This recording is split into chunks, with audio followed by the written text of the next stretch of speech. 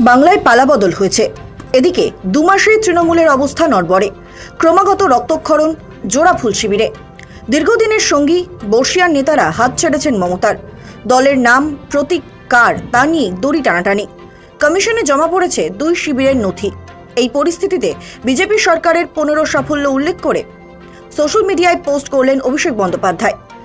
রাজ্যে বিজেপির double engine সরকারের বয়স মোটে 2 মাস, আর এই অল্প সময়ের মধ্যেই বিজেপির বিরুদ্ধে সুর সপ্তমে চড়ালেন তৃণমূল সাংসদ অভিষেক বন্দ্যোপাধ্যায়। মঙ্গলবার নিজের এক্স হ্যান্ডেলে একটি পোস্ট করে বঙ্গ বিজেপির বিরুদ্ধে একযোগে 15টি গুরুতর অভিযোগ তুলে ধরেছেন তিনি। কটাক্ষের সুরে লিখেছেন, বাংলায় বিজেপির ডাবল ইঞ্জিন সরকারের 15টি সাফল্য মাত্র 2 মাসে।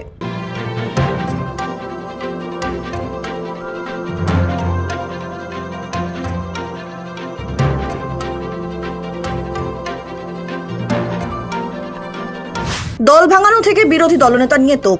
অভিষেক তার পোস্টের শুরুতেই শাসক দল বিজেপির বিরুদ্ধে তৃণমূলের সাংসদ ও বিধায়কদের জোর করে দল ভাঙানোর অভিযোগ এনেছেন।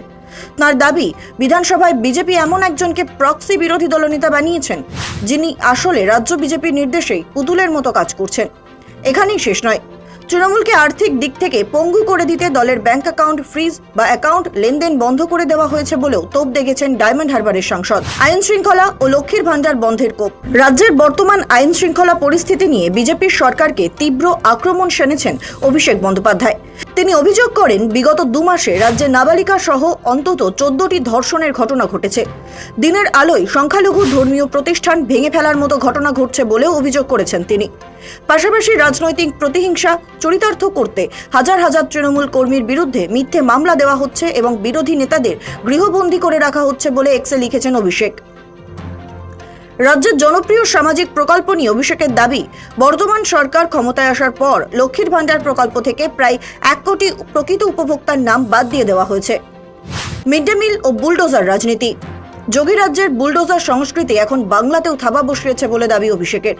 তিনি লিখেছেন, হকার ও প্রান্তিক মানুষের ঘরবাড়ি ভেঙে তাদের জীবিকা ধ্বংস করা হচ্ছে।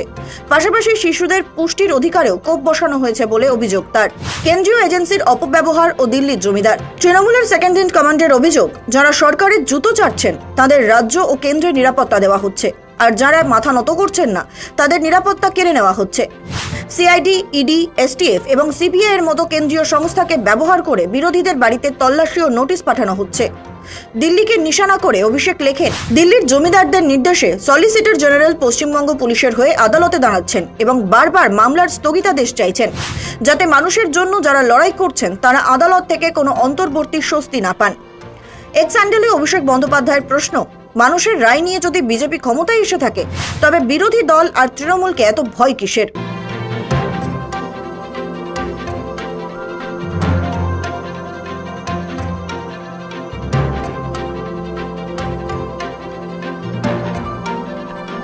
অভিষেকের এই পোস্ট ঘিরে ইতিমধ্যেই রাজ্যের রাজনৈতিক মহলে শোরগোল পড়ে গিয়েছে। বিধানসভা ভোটে জিতে বঙ্গে সরকার গঠনের পর থেকেই তৃণমূল বিজেপির সংঘাত নতুন মাত্রা পায়। অভিষেকের এই আক্রমণ সেই আগুন আরও উস্কে দিল নিঃসন্দেহে। তাৎপর্যপূর্ণ বিষয় হলো, বিধানসভা নির্বাচনের পর রাজ্যের ক্ষমতা হারালেও তৃণমূল যে 1 ইঞ্চি জমিও বিজেপিকে ছেড়ে দিতে নারাজ, অভিষেকের এই ঝাঁঝালো পোস্টেরই তার প্রমাণ। ব্যুরো রিপোর্ট, সময়, কলকাতা।